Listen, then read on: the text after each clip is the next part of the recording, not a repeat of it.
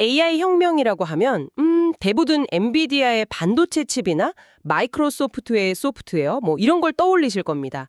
그런데 만약에 말이죠. 이 모든 화려한 기술의 밑바닥에서 이걸 실제로 움직이게 하는 그 물리적인 배관을 독점하는 회사가 있다면 어떨까요? 상상만 해도 어마어마하네요. 오늘 청취자께서 보내주신 자료들이 바로 그런 기업, 브룩필드에 대한 이야기입니다.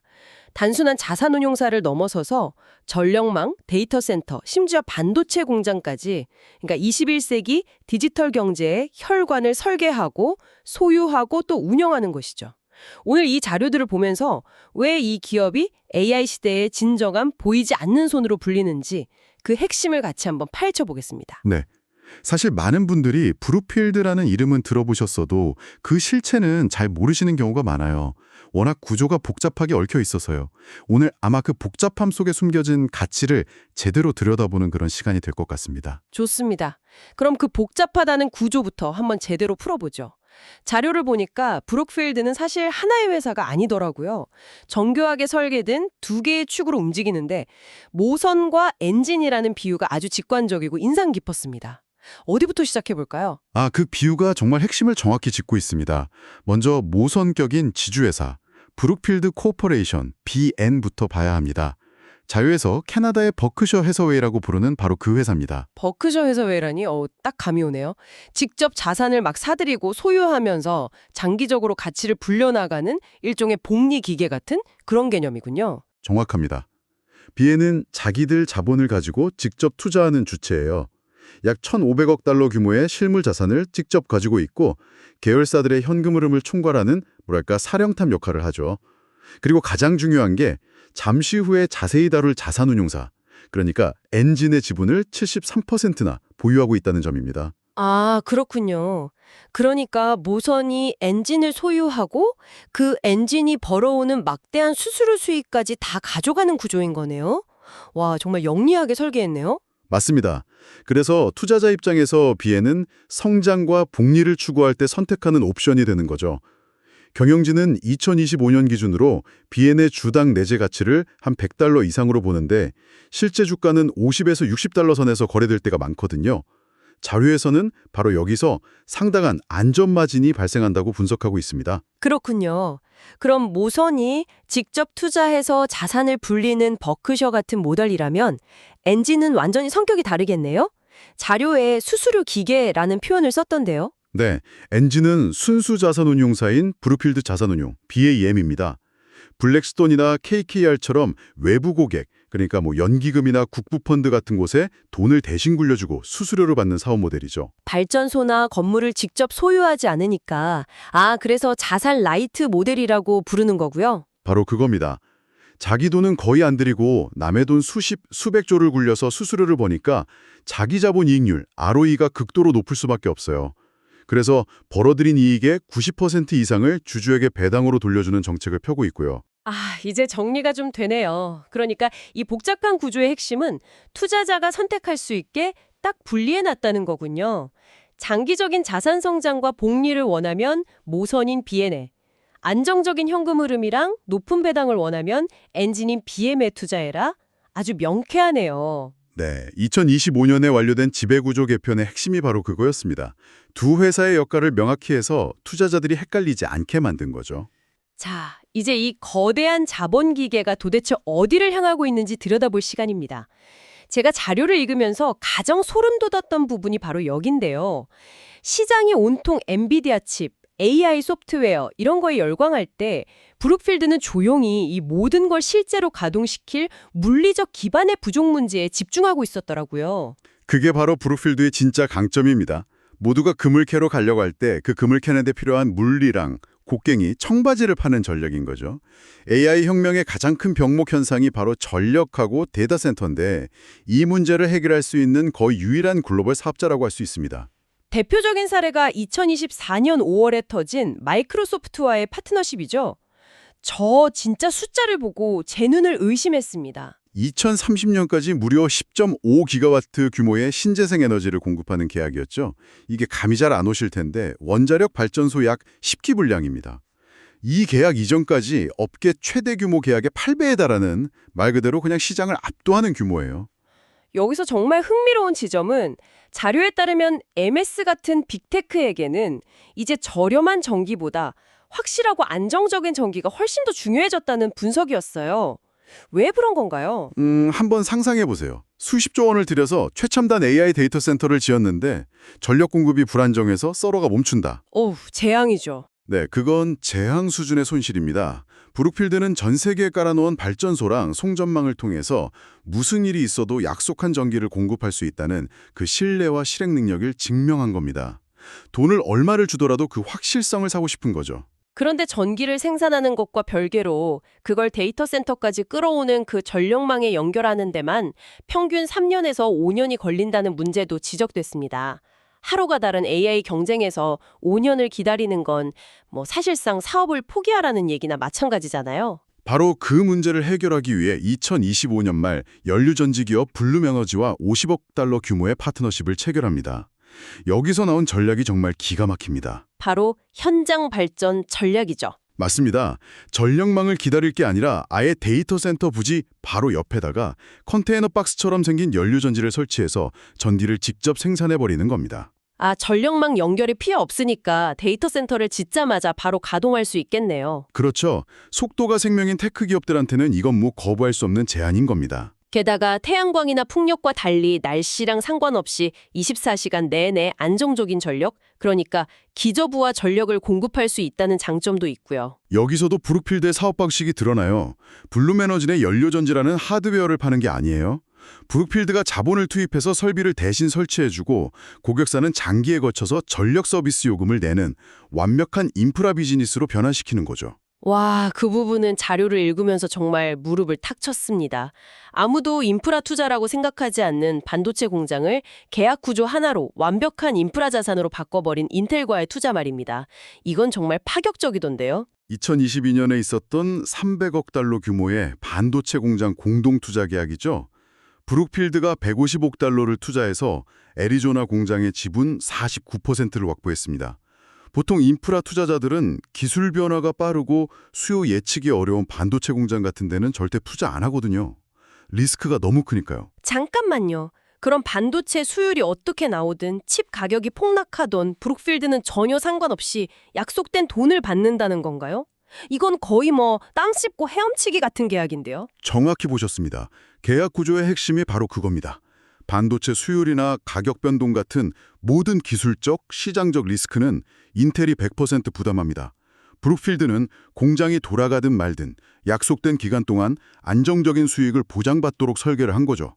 브룩필드 입장에선 이 반도체 공장이 그냥 인텔이라는 초우량 임차인이 20년 장기 임대한 특수한 목적의 부동산이나 다름없는 겁니다. 리스크는 싹 제거하고 안정적인 인프라 수익만 쏙 빼먹는 구조라니. 아, 정말 영리하다는 말밖에 안 나오네요. 그리고 이 모든 퍼즐의 마지막 조각을 엔비디아와 함께 맞췄습니다. AI 생태계의 시작부터 끝까지 완벽한 수직 계열화를 완성하는 느낌이었어요. 맞습니다. 2025년 11월 엔비디아 그리고 쿠웨이트 투자청이랑 같이 무려 1,000억 달러 규모의 AI 인프라 투자 프로그램을 출범했죠. 이건 단순히 데이터 센터 건물을 쥐어주는 수준이 아니에요. 엔비디아의 최신 칩에 최적화된 냉각 시스템, 전력 설비까지 모두 통합된 말 그대로 완전한 AI 팩토리를 턴키 방식으로 제공하는 거더군요. 그렇습니다. 한번 정리해 볼까요? 신재생 에너지로 대규모 전력 생산하고 연료전지로 데이터 센터 현장에 직접 발전하고 데이터 센터 건물 건설하고 그리고 마지막으로 엔비디아 칩에 최적화된 내부 인프라 제공까지 이 모든 가치 사슬을 한 회사자 다 제공하는 겁니다. 경쟁사가 도저히 흉내낼 수 없는 브룩필드만의 압도적인 해자가 완성된 거죠. 그런데 방금 말씀하신 마이크로소프트, 인텔과의 계약은 다 조 단위가 넘는 천문학적인 자본이 필요할 텐데요.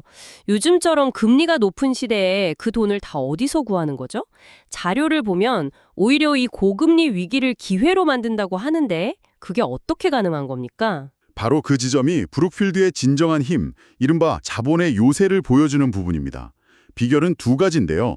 2019년에 인수한 오크트리 캐피털과 최근 본격적으로 뛰어든 보험업입니다. 오크트리 캐피탈이라면 하워드 막스가 이끄는 그 부실채권 투자에 살아있는 전설 같은 곳이잖아요. 맞습니다.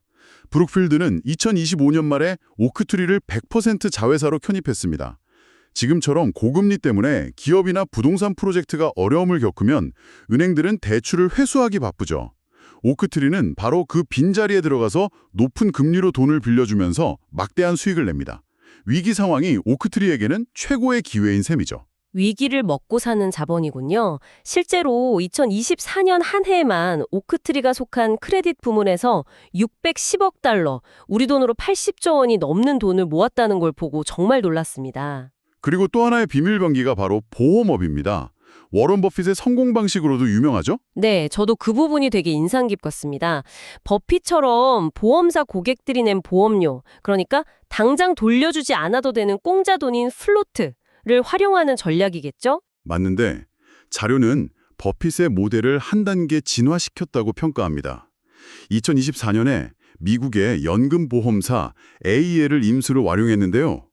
보통 보험사들은 이 플로트를 국채처럼 아주 안전하지만 수익률이 낮은 자산, 한 4.5% 정도에 투자합니다. 고객에게 돌려줘야 할 돈이니까요. 당연히 안정성이 최우선이겠죠. 하지만 브룩필드는 다릅니다. 이 자금을 그룹의 자회사인 오크트리가 운영하는 고수익 사모대출 펀드 같은 곳으로 재배치해요. 그렇게 해서 수익률을 6%에서 8%까지 확 끌어올리는 거죠. 아, 잠깐만요. 그럼 고객에게 약속한 이자를 주고도 남는 이익, 그러니까 스프레드 마진이 훨씬 더 커지는 거네요. 바로 그겁니다. 그런데 여기서 끝이 아니에요. 그 자산을 운영하는 주체가 누구죠? 아, 그룹의 엔진인 BAM. 맞습니다. BAM은 그 자산을 운용해주는 대가로 또 운용 수수료를 챙깁니다. 결국 자산 운용 수익과 수수료 수익이라는 이중 수익 구조가 완성되는 겁니다. 외부에서 비싼 이자 주고 돈 빌려올 필요 없이 영구적인 투자 재원을 스스로 만들어내는 마르지 않는 셈을 파놓은 셈이죠. 그렇군요. 와, 정말 빈틈없는 시스템입니다. 그래도 한 가지, 상업용 오피스 시장의 침체는 브룩필드에게도 큰 걱정거리일 텐데요. 실제로 LA의 일부 빌딩에서 채무 불이행, 그러니까 디폴트를 선언했다는 뉴스가 나오면서 우려가 컸지 않습니까? 물론 그건 사실입니다. 하지만 자료는 그 이면의 전략을 정확히 보여주죠. 해당 대출은 자산담보부 비소구 금융이었습니다. 비소구 금융이요? 그게 좀 더 쉽게 설명해 주실 수 있나요? 간단히 말해서 이 건물이 망해도 대출금은 이 건물만 담보로 잡고 끝낸다. 그룹의 다른 자산에는 절대 손대지 않는다는 약속입니다. 아, 즉, 특정 건물이 망해도 그룹 전체로 부실이 전이되지 않는 일종의 방화벽이 쳐져 있는 거죠.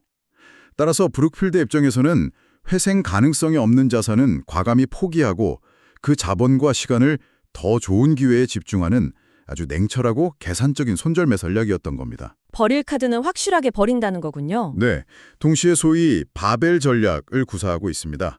낡고 경쟁력 없는 B급 오피스는 버리는 대신 뉴욕의 맨해튼 웨스트처럼 누구나 탐내는 최상급 트로피 자산에는 오히려 투자를 집중하는 거죠.